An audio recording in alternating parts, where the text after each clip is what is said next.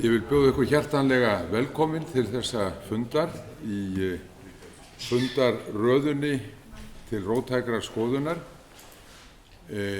Fundirnir eru þannig hugsaðir að þeir standi stutt, þeir standa í rétt rúman klukkutíma og fundi verður slitið í síðasta lagi 10 mínútur yfir 1, þannig að menn getur gengið að því sem vísu. Gestur okkar á þessum fundi Magdoff.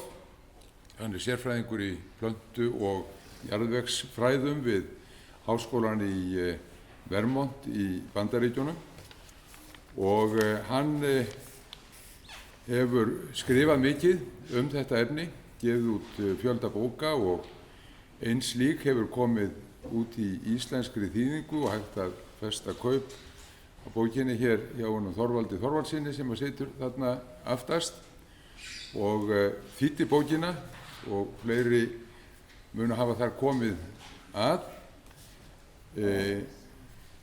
Nefni Ólaf Dýrmundsson sem hefur verið mjög innan handar við skipulagningu þessa fundar og færi honum kærar þakkir fyrir það. Þau eru hérna Ragnar, Hildur, Sindri, Agnes og Friðrik sem að taka þennan fund upp á myndband sem að verður síðan sent út síðar. Við erum ekki að reyna að streyma þessum fundi núna beint, en það verður hægt að nálgast hann síðar og verður hann settur út. Fred, I was just introducing you. Fundurinn fer fram á ensku, það verður gefst kostur á að bera fram spurningar að loknu erindinu eða setja fram skoðun í mjög stuttu máli, mjög knöppu máli. Þetta ekki umræðufundur, þetta eiginlega við erum að hlýða á hans mál og síðan geta menn átt kost á því að segjast vera mjög ósammála eða sammála eftir atvikum og spyrja ef að eitthvað þarf að skýra nánar. Það eru litlir baukar hérna, ég gleymi yfirleitt að nefna þá. Ef að einhver vill létta á vösunum, það voru hérna líka svona seðlar sem að gefa upp reikningsnúmer, en fundurinn opinn og ókeypis og þetta bara svona til að nefna nánast í framhjáhlaupi ef einhver vill létta undir með leigu á salnum. Fred Magdoff, please come to the podium. Hefur ég gefið nú svolítið gott þar?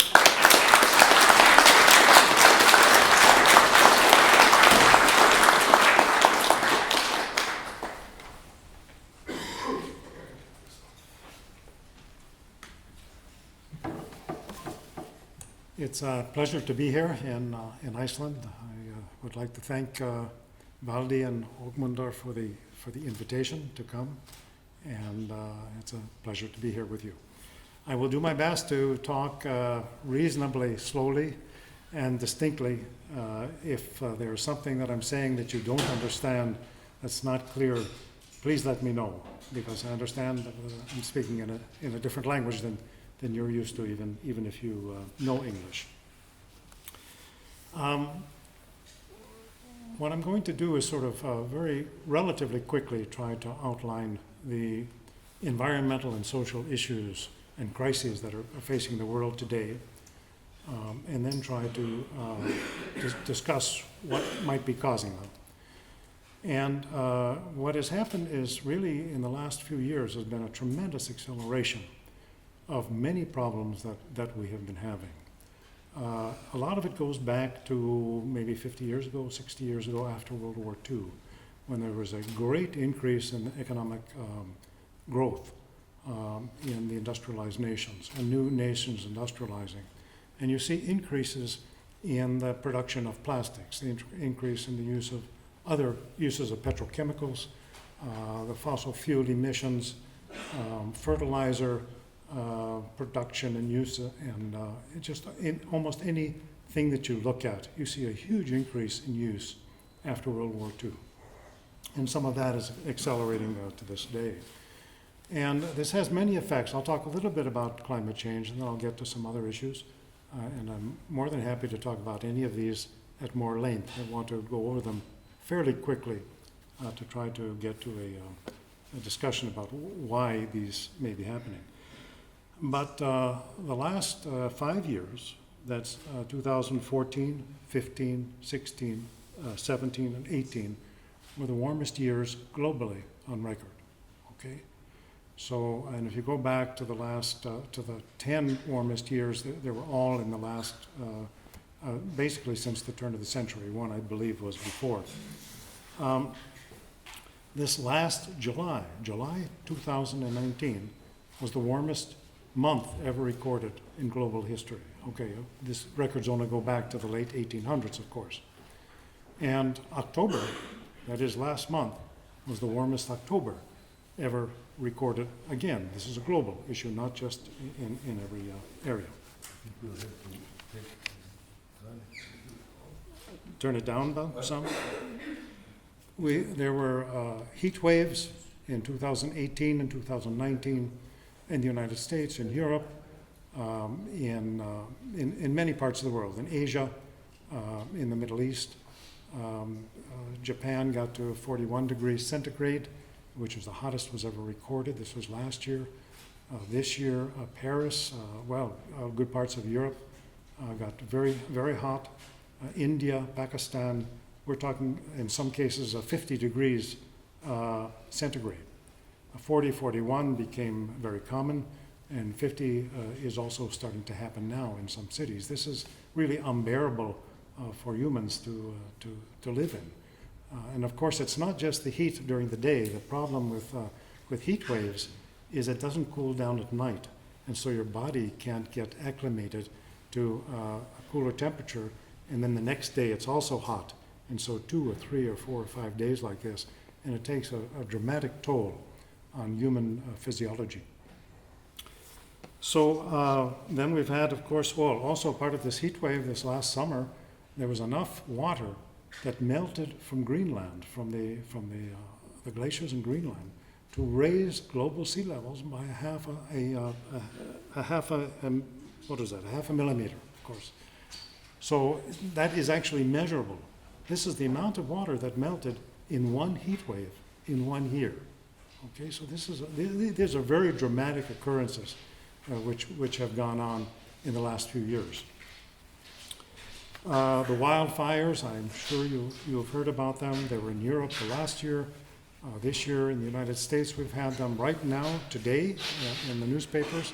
There are stories about Australia, major wildfires in both east and the west of Australia because of drought. And this is just the beginning of their summer. Summer hasn't actually come to Australia yet. It's their springtime at this point. Last fall, this is a year ago now, the UN's International Panel for Climate Change, Intergovernmental Panel on Climate Change, the IPCC, came out with a report which said that we have a very short period of time to lower our emissions by 45%. The idea was to do this within the next 12 years and to get to zero net emissions by 2050 if we want to keep global warming at 2 degrees centigrade or below. The chances of this happening, I would say, are very small, and so we are set in the best of situations for a very severe future for our children and grandchildren and great-grandchildren. New research, which just came out this last month at the end of October, indicates that they were mistaken, and all of the mistakes, by the way, have been underestimating the severity of the problem. The mistakes that have been made so far. They underestimated the extent of global ocean rise and the floodings that will occur. And this last report indicated that by 2050, which is not that far off, most of the Mekong Delta of Vietnam will be flooded. This is a major rice growing area for the country. Already some of that land can't be used because of salinization, intrusion of the salt water into the soil so that it's not able to grow rice. But also Bangkok, Thailand, Mumbai, India, Alexandria in Egypt, and the Nile the Nile Delta are projected to be flooded by 2050. So we're talking about a relatively short period of time from now. Earlier this month, that is in November, 11,000 scientists signed a published paper that indicated that the world's people, and I'm quoting from the paper, face, this is the quote, untold suffering due to the climate crisis. Okay, so this is really something that is of major importance for humanity and the rest of the organisms that live on the earth as well. One thing I wanted to point out before continuing is that climate change is far and away, or climate destabilization is probably a better terminology, is by far and away the most important environmental issue we're facing. But there are many others, and it's important to keep them in mind. And these include pollution of the air, water, and soil with all sorts of chemicals. We are polluted. There's pollution of organisms. There have been studies in the United States where a very high percentage of the people, what they do is they take samples of blood and of urine, and they can detect chemicals that are used to make plastics. They can detect chemicals that are used to slow down fires, flame retardants, pesticides, etc. can be detected. Endocrine disruptors can be detected in your bodily fluids. And then there's pollution of the air with particulate matter. It's estimated that some 7 million people globally die prematurely due to the effects of air pollution. And this is particles in the air, very small particles that get into the lungs and cause severe damage. These are more than are killed by malaria and HIV/AIDS combined. And 90% of the world's children, about 2 billion children, live in places where outdoor air pollution exceeds the World Health Standards, the limits for pollutants. And there's an ongoing crisis I'm talking about today, yesterday, the day before in India with air pollution. It's quite severe, and the government is really not even talking about it. They're trying to sort of escape the issue, but it is a very, very severe problem. Okay, so that's somewhat about the environmental issue, but I want to also mention that there are social issues as well, which interact with the environmental problem. If we want to discuss it, we can later today, or at this discussion or this evening. And these are that we have a situation where we have poverty in the midst of plenty. This is very common in the United States, probably the richest country in the world. We have some 40 million people who are considered to be poor and food insecure. They used to call it hunger, but now they say that people are food insecure.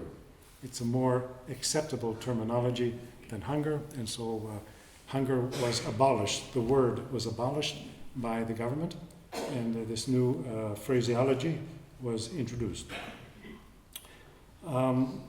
You have racism, of course, and sexism, imperial adventures around the world by very strong countries, which cause immense harm physically to people, causes harm to the environment. The U.S. military itself, if it was an independent country, emits as much greenhouse gases as Portugal, as if it was that country. And then you have a situation at the same time with these other social problems that exist out there. You have 26 people in the world. 1, 2, 3, 4, 5. Let's see. Maybe, about 4 rows back. This number of people in the world own more wealth than half of the world's population. 3.7 billion people. Okay? I mean, this is absolutely incredible. And the 1%, that's 26 people, not 26%. It's 26 people.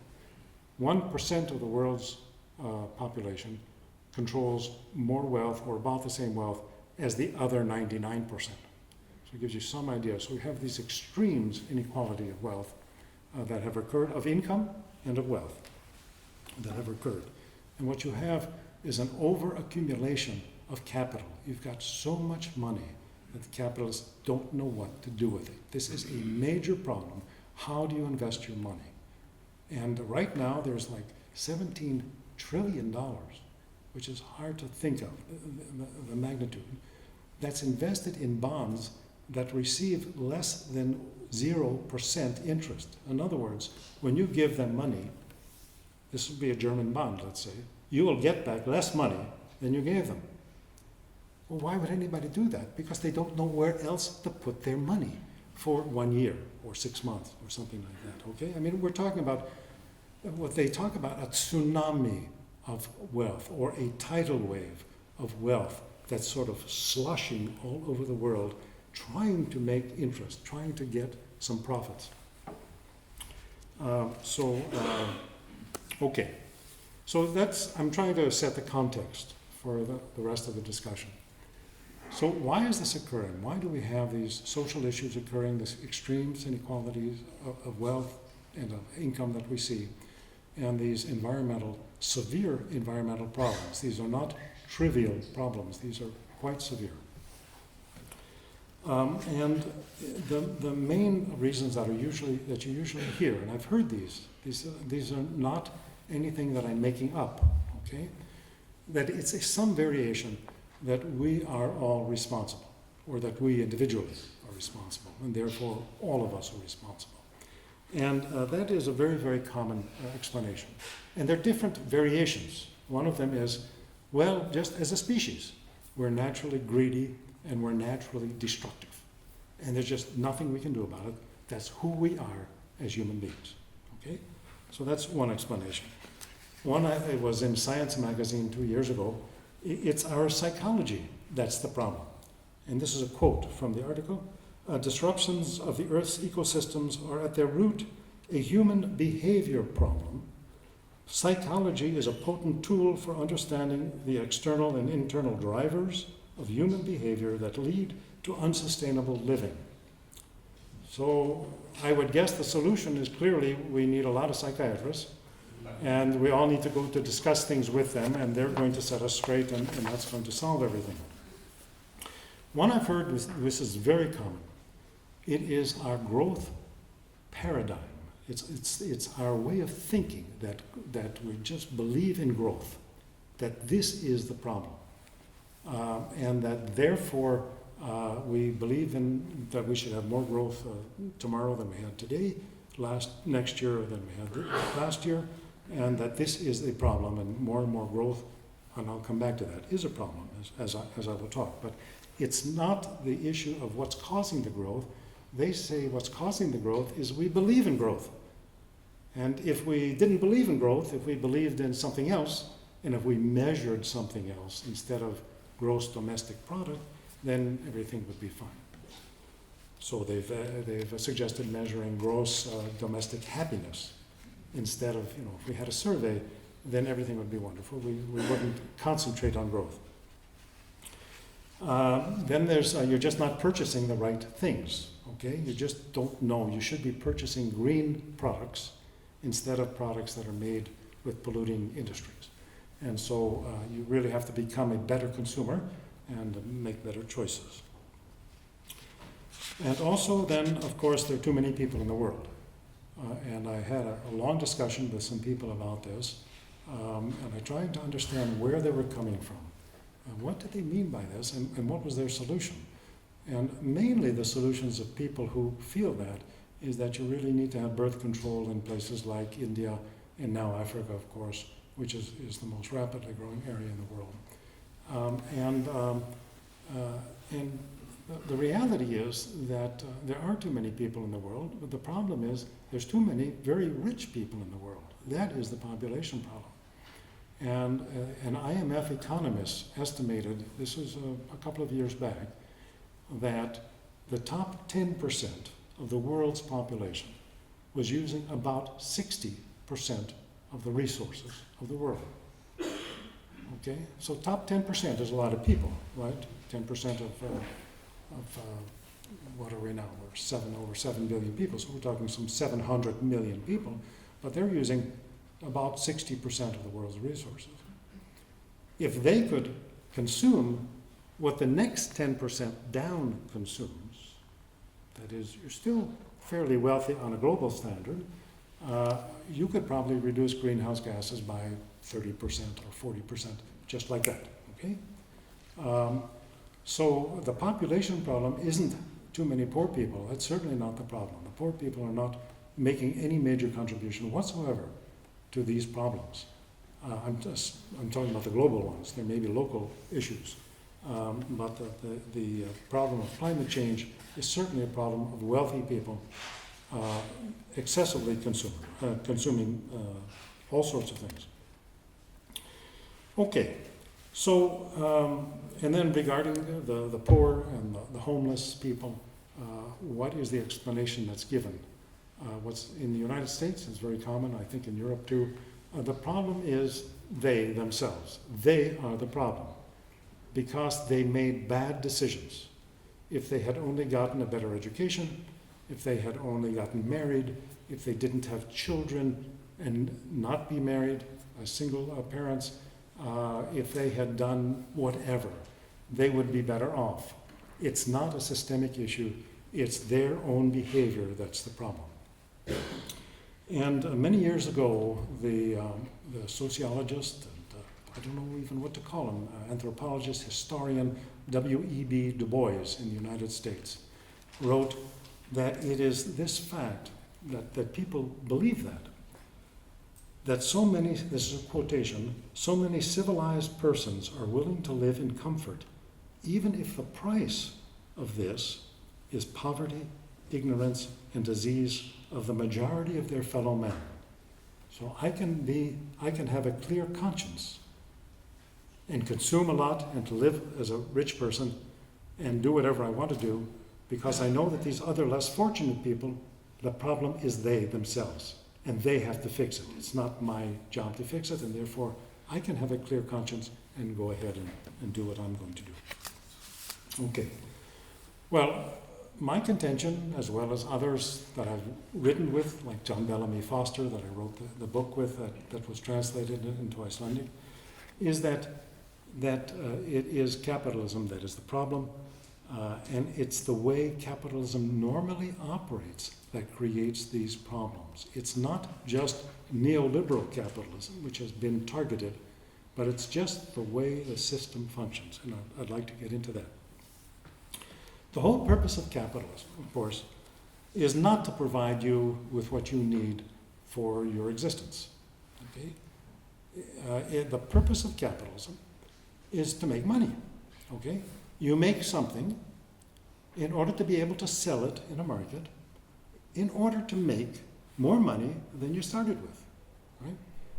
You hire labor, you buy machines, you make some product or some service, and then you sell it for more money, and you get a profit from that after you pay all your expenses, and then you invest that again, and you will get more profits, etc. And markets are used here, are very essential to the system, because they are used as a way to get rid of your product in order to generate a profit. Okay? So commodities and services that are produced for sale are not produced to provide you with your needs. If your needs are met, okay. If your needs are not met because you're poor and you can't purchase your needs, that's too bad. It's your problem. Okay? Richard Levins, who is a biologist at Harvard University for many years, he died, I think, 2 years ago, thereabouts, wrote something which I liked very much, and I like to use it. He wrote, agriculture is not about producing food, but about profit. Food is a side effect. Okay? Just happens. You know, it's just sort of by accident. Development is about investment opportunities, and I'll read you a quotation about that in a minute, and markets, not about correcting decades of plunder and exploitation. Health service in the United States is a commodity. Health is a byproduct. If you're healthy, that's fine. That's not the purpose of the healthcare system. The purpose of the healthcare system is to generate profits for insurance companies and for for-profit health organizations. Let me give you an example of this. There has been the development, I think you're all aware, of antibiotic-resistant bacteria and fungi, which is quite a dangerous situation. There's recently, within the last week, there was a story that it's estimated that some 35,000 people die every year in the United States from antibiotic-resistant diseases. Okay? So, and they've tried different antibiotics and they just didn't work on these people. So we have diseases, the organisms are immune, if you will, to numerous antibiotics, or they can resist numerous antibiotics. And so this is a very, very dangerous situation. And how does this arise? Well, the pharmaceutical industry, the drug industry, the whole purpose of the drug industry is not to keep you healthy. The purpose of producing antibiotics is not to cure disease. It's for them to make money. And the way they make more money is to sell more antibiotics. And so they push antibiotics, this historically I'm talking about, on doctors, on the public. They push antibiotics in agriculture. By the way, there's more antibiotics used in the United States on factory farms to try to keep the animals reasonably healthy when they're concentrated together than is being used for human consumption, for human use. And they're not used to treat sick animals. These are antibiotics that are used as the routine part of taking care of the animal. So you have massive quantities of antibiotics that are entering the environment, and the bacteria develop resistance to it relatively quickly. If anyone's interested in an explanation of how this happens, there's an interesting article in the June issue of Monthly Review magazine, which you can access for free online, just monthlyreview.org. And if you go back a few issues, you'll get to the June issue, and the lead article is about antibiotic resistance. How it develops, a little bit about the biology, but also the politics of it and the economics. Okay, so we produce all this stuff that has to be sold. I'm talking about the capitalists. And how do you do this? Well, the way you do it is by a massive effort to convince people to buy stuff, whatever it is. And there is about $1 trillion a year in the United States. So we're talking about more than 5% of the budget of the United States, shall we say, of all the economic activity, goes to convince you to buy something, okay? And that could be the sales effort, it could be advertising, but it also means changing models of cars, changing the model of your iPhone or of your clothing, the new fashions.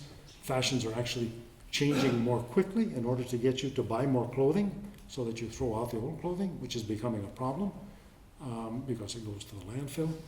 And so the idea is to stimulate you to become a voracious consumer. Buy more. That is one of your important jobs as a human being in capitalism, is buy stuff. The more stuff you buy, the better. If you don't have a place to store it in your house, we can rent you a storage facility. It's a big thing in the United States. You can rent storage facilities by the month, by the year, and you can get, and then you can buy more stuff in your house.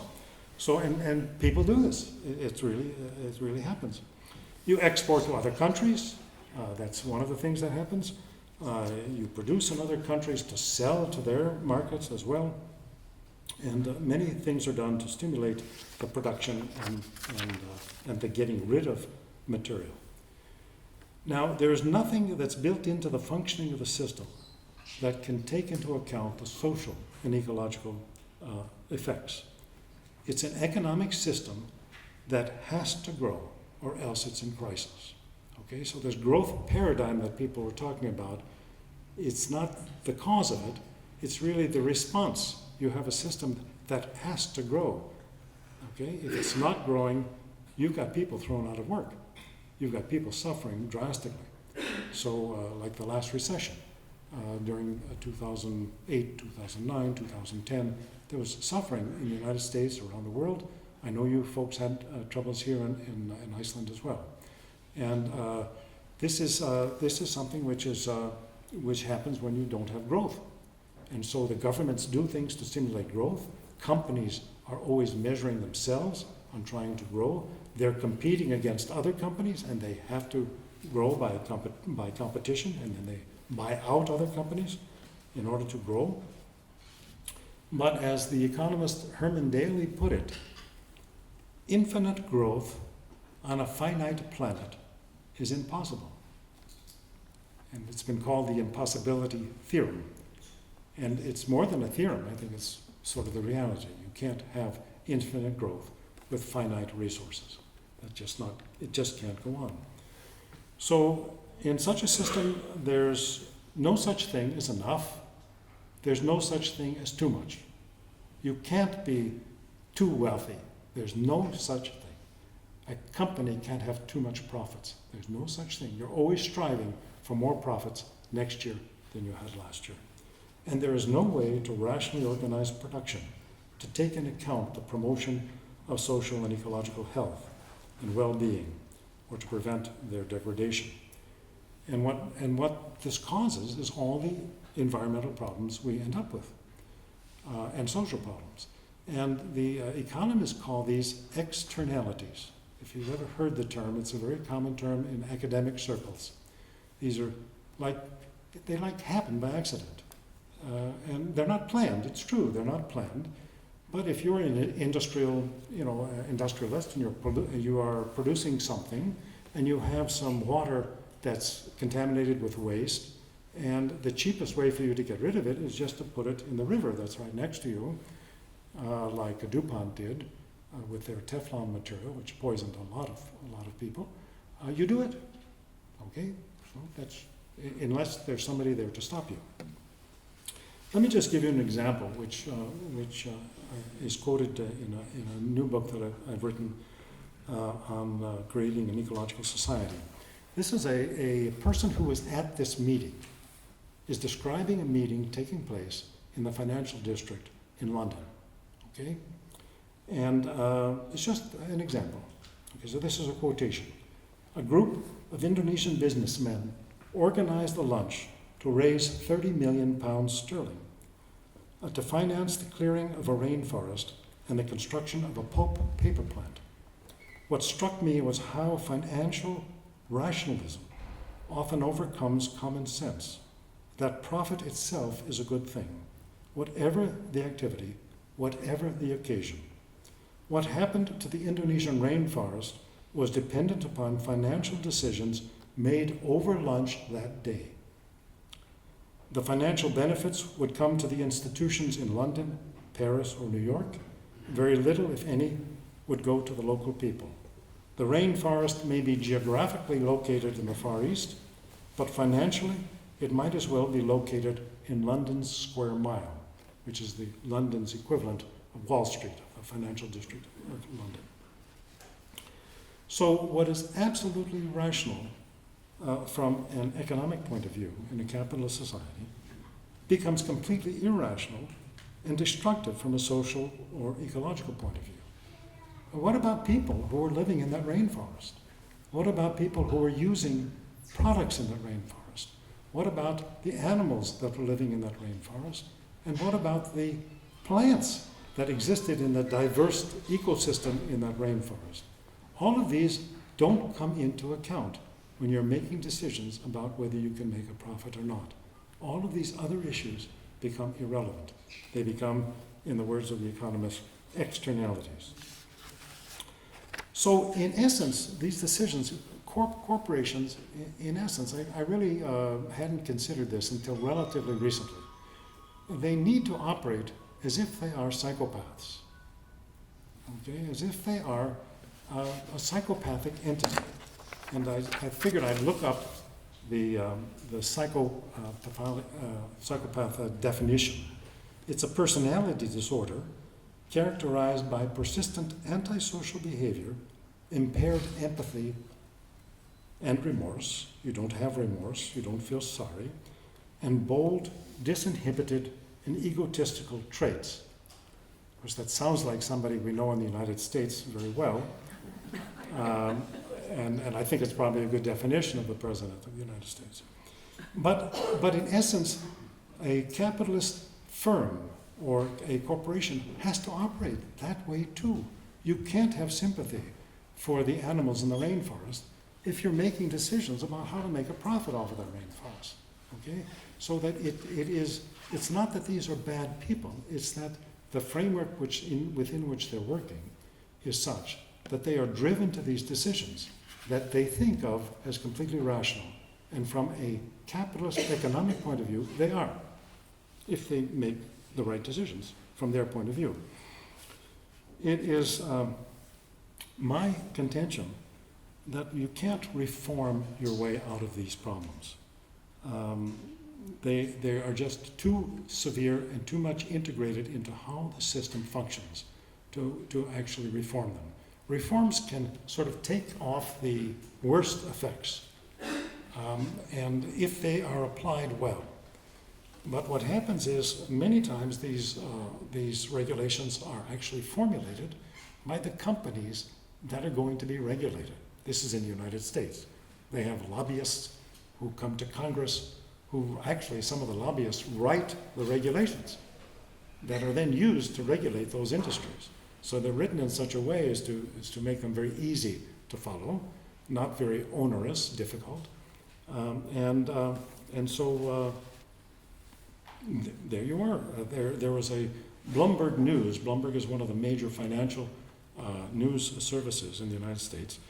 They had an article a few months back in which they said banking and environmental regulations are flouted or disregarded because complying is more costly than the penalties.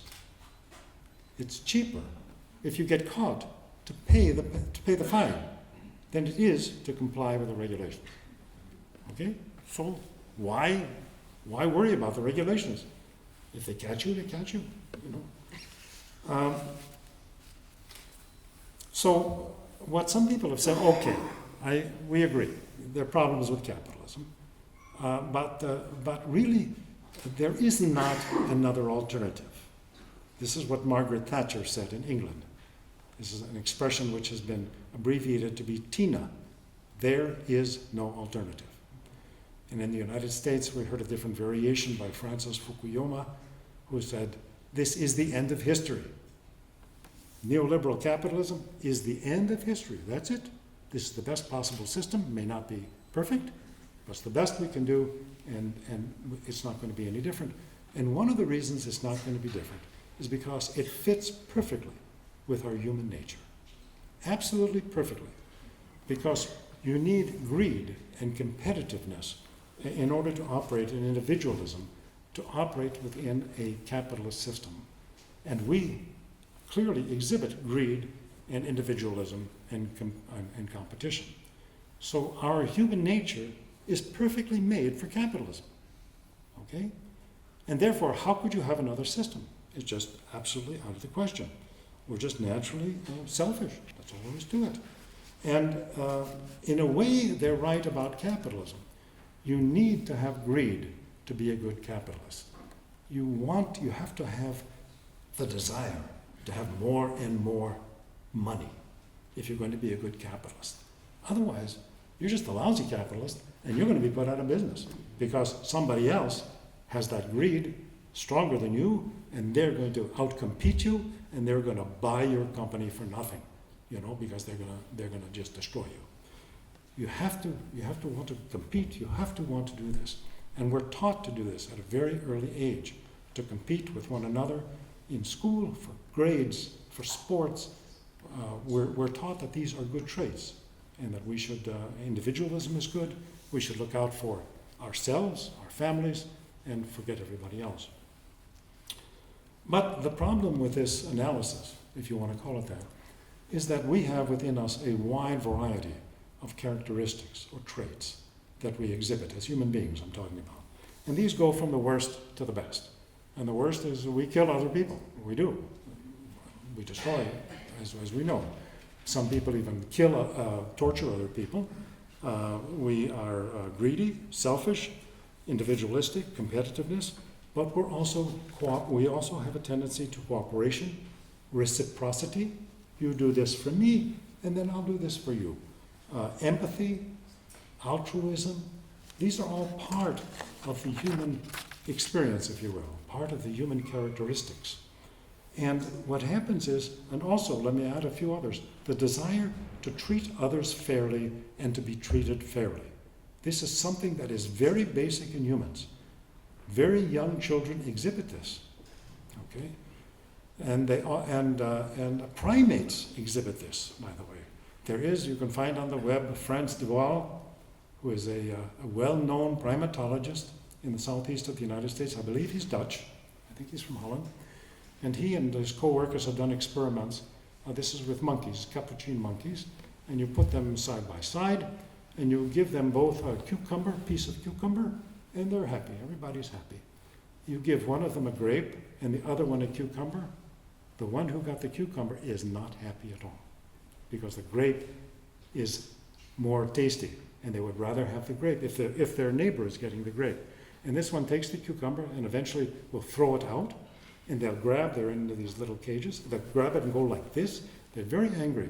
They're very satisfied with the cucumber if they're both getting the cucumber. But if one is treated differently than the other, more favorably than the other, they don't like it. So that we have something very deep within us. Okay, we're related to these characters, way back in evolutionary time.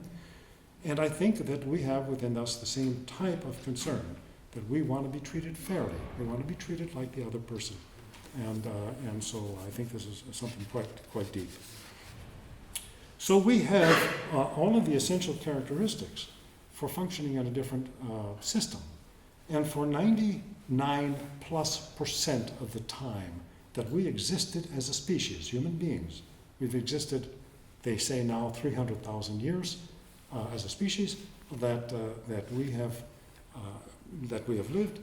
For 99% of that time, more than that, we lived in hunting-gathering societies. In those societies, you needed to cooperate. You needed to be able to show empathy to one another and reciprocity. These were egalitarian societies. Men and women may have had different roles, but they lived as equals in the societies. So you had a very different, what is called human nature, than you have now. Okay? So what it is that different types of societies bring out and develop certain characteristics that are needed to survive in that society and for the society to survive, and they suppress other characteristics. So even in capitalism, there are people who show empathy, of course there are, but there are these types of sentiments are suppressed, and the greed and the individualism is brought to the fore. And in the hunting-gathering societies, it was the other way around. Any greed or individualism was sort of shunted aside, if you will. Okay, so we know that we have within us the human capability of living in another society. We know also that our human equality allows it. Some people say, well, we're not all equal.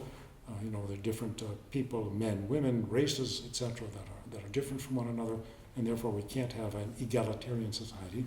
But the reality is that there are no differences in our intellect and in our capabilities between men and women, between people who come from different parts of the world, different skin pigmentation.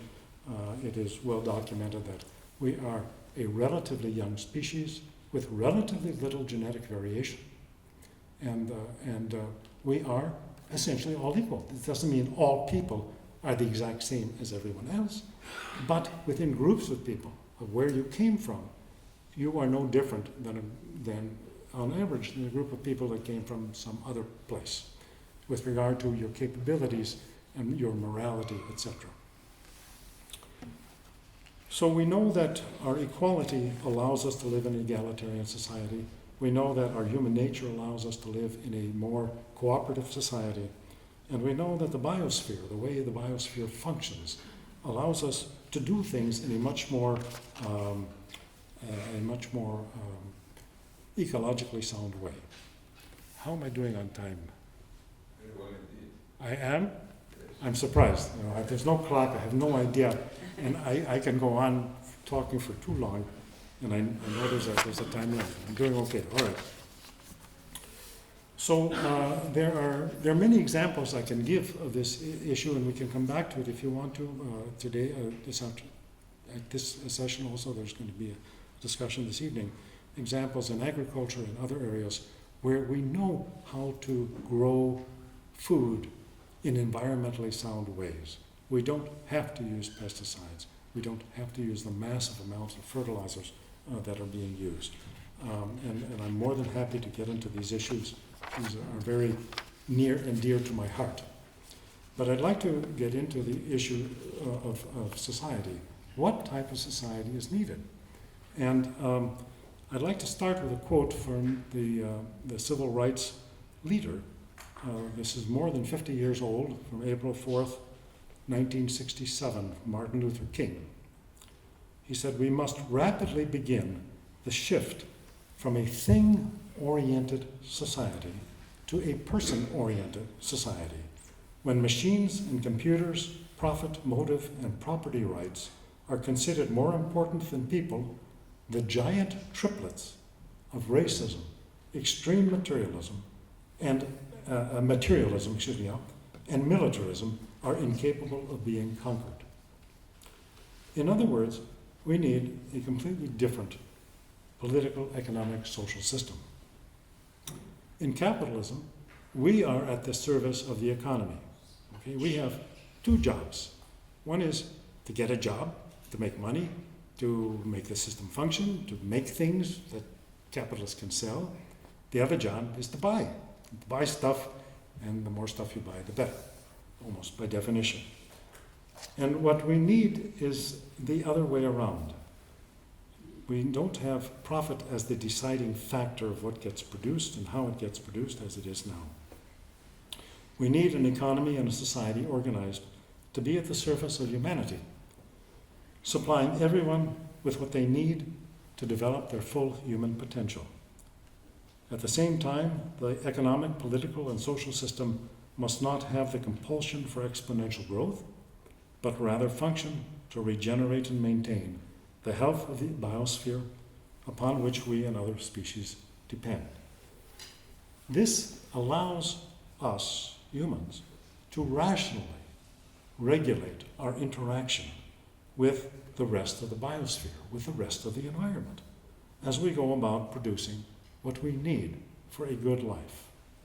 What they call in South America, buen vivir. A good life as opposed to a better life, which they said better sort of implies there's no such thing as enough. Better and better and better and better. So they like the terminology is being used of a good life, buen vivir. So we can rationally regulate what we do and how we function within the biosphere. This means, in my mind, democratic social control over the economy and society, as opposed to private control for profit, with its associated overbearing influence of capital on society. And what happens, I didn't get into this, of course, is that in capitalism, because of the great disparities of wealth, you have great disparities of power. And what happens in capitalist societies, mostly, is determined by the very wealthy in the society. And this has been studied as if it needed to be studied, but it has been studied by political scientists and in the United States. And what people really desire has nothing to do with what happens in Congress, more or less, with very few exceptions. What happens in Congress in the United States is really decided by a relatively few, very, very wealthy interests in the economy. So workers controlling their workplaces, planning together with communities in which they occur. Resource use and allocation is therefore a society decision. And I maintain that only social democratic control of the economy and the resources we depend upon offers the possibility of resolving the many social, environmental problems of capitalism that have developed. And this is really what socialism is all about, or what people call ecological socialism.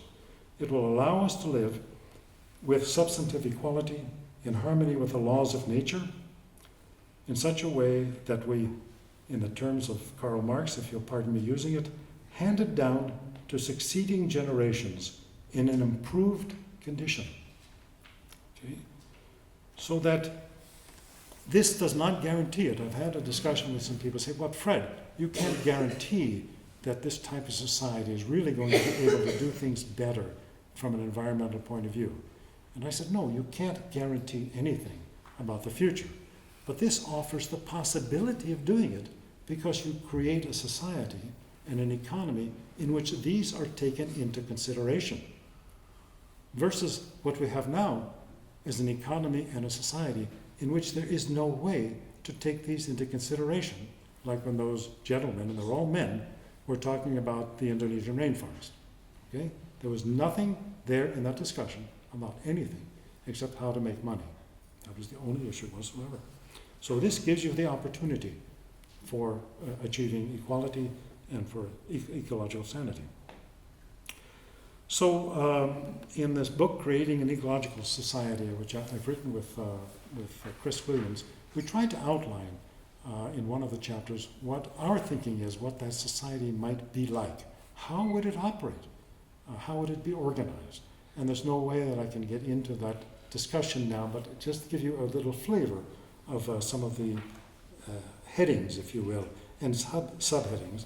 But they're equality and democratic decision making. And under that, there has to be full participation. Everybody's needs to be satisfied for a full life. You have rights, but you also have responsibilities within a society like that. And we try to outline what they would be. With regard to the economy, you have to have planning. Planning has gotten a bad name because of the planning that happened, economic planning in the Soviet Union. But the reality is that individual capitalist firms plan. Of course, they have to plan what they're going to do next year. And if there is a social purpose to the economy, you have to plan. And this happened in the United States during World War II, where there were tremendous needs for the war effort, and the US government developed a plan to make sure that what got produced, what was needed, was produced at the right time for the war, that this particular part got to that particular factory in time to make an airplane to be able to be used in Europe to fight the war against the Nazis. So that once you have a social purpose, in other words, a reason for doing something that's socially, you have to plan, and there are ways to do it, from bottom up and from top down, probably at the same time. We talk about where production would be located, worker and community control of the workplace and the resources. And then one thing that I think is very important is the rotation of responsibilities. And I think this is probably important in all organizations, and certainly in all cooperatives, but I would say government organizations of whatever level too, that it is good to have responsibilities rotate within the group. And let me just quote from a farmer in Venezuela, Omar Garcia, is an 83-member cooperative, small farm in the hills, and he's talking about this issue. He says the problem with many cooperatives and organizations is when they leave the economic aspects to 2 or 3 people, when they leave the economic management up to the president, the secretary, and the treasurer. This is what often causes problems. We are breaking this scheme so that there is transparency, and also so that we are learning as cooperative members, as farmers, and as producers by taking on different jobs. And he talks about the openness, the transparency that you get, that everybody knows how the whole organization functions. It's a small one, obviously, just 83 people, but still it's an idea. We need change in ethics, in our behavior patterns. We can't wait for a new society. We have to start now. Don't get nervous, I'm ending up. This is an issue which I think is very important. Many groups are trying to work. As they're trying to change society, they're also trying to change themselves and how they relate to one another. I saw this in Brazil with the landless workers movement, the MST. They're trying to work very much on issues of sexism. They had a dormitory where they were doing a student training, and that they were making sure that the boys, or the men, young men, also washed the dishes, cooked, washed the clothes, etc., that it wasn't just considered to be women's work. So they're trying to work on equality. The Zapatistas in southern Mexico were doing the same thing. The Kurds in Syria and Turkey and Iraq and that region are also doing the same thing with regard to gender equality. And it has to be a direct and conscious assault on the inherent structures of inequality, which calls for a social cultural revolution. That's a quote from an Indian who is talking about the caste system in India. That he says, some people thought it was just going to disappear with capitalism, but it didn't. It's a very ingrained system, and you just have to work very hard to get rid of it, and you have to start now and continue in a new society. Many other issues that I don't have time to get to, but one I think is important, is to give priority to what Eduardo Galeano called the nobodies, or Franz Fanon called the wretched of the earth. That these people, the ones who are the bottom of the bottom, we need to give priority to, and to try to uplift their economic situation as quickly as we can. So there are no, I'm just trying to line up here, to end up, there are no guarantees that a people in a future society which is different, an eco-socialist society from what we have now, will make the right decisions. But this approach allows them to work together to deal with these social and ecological issues and take them into account when they're making their decisions. People will need to experiment, make mistakes, and correct those mistakes. If our goal is to heal the planet and its inhabitants in order to do away with these harmful social and environmental effects of capitalism, another system is essential. And if you don't mind me bothering, from Margaret Thatcher, there is no alternative. We have to have a different type of society which is organized along different lines. And this will take a massive effort to convince a large majority of the people that this is the case, and then it will take a massive movement of these people in order to actually create the change. One last thing I want to end with is that while there has been an acceleration of the degradation of the planet and of the conditions of many people within the planet and the ecosystem, there has already been an accelerating response by people.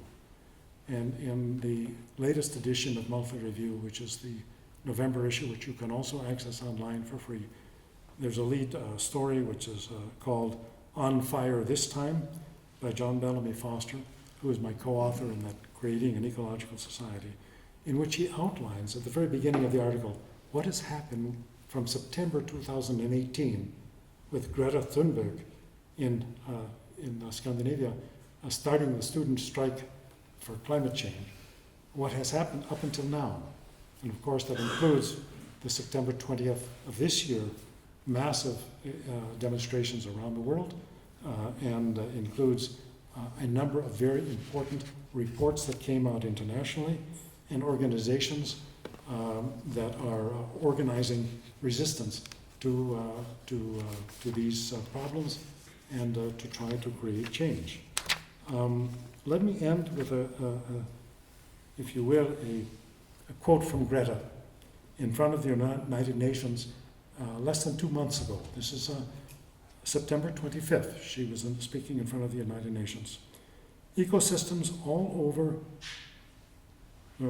I'm trying to read my own handwriting here, and that's very difficult.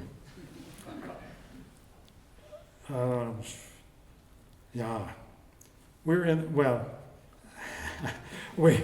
the beginning of a mass extinction, and all you can talk about is money and fairy tales of eternal economic growth. How dare you? Thank you.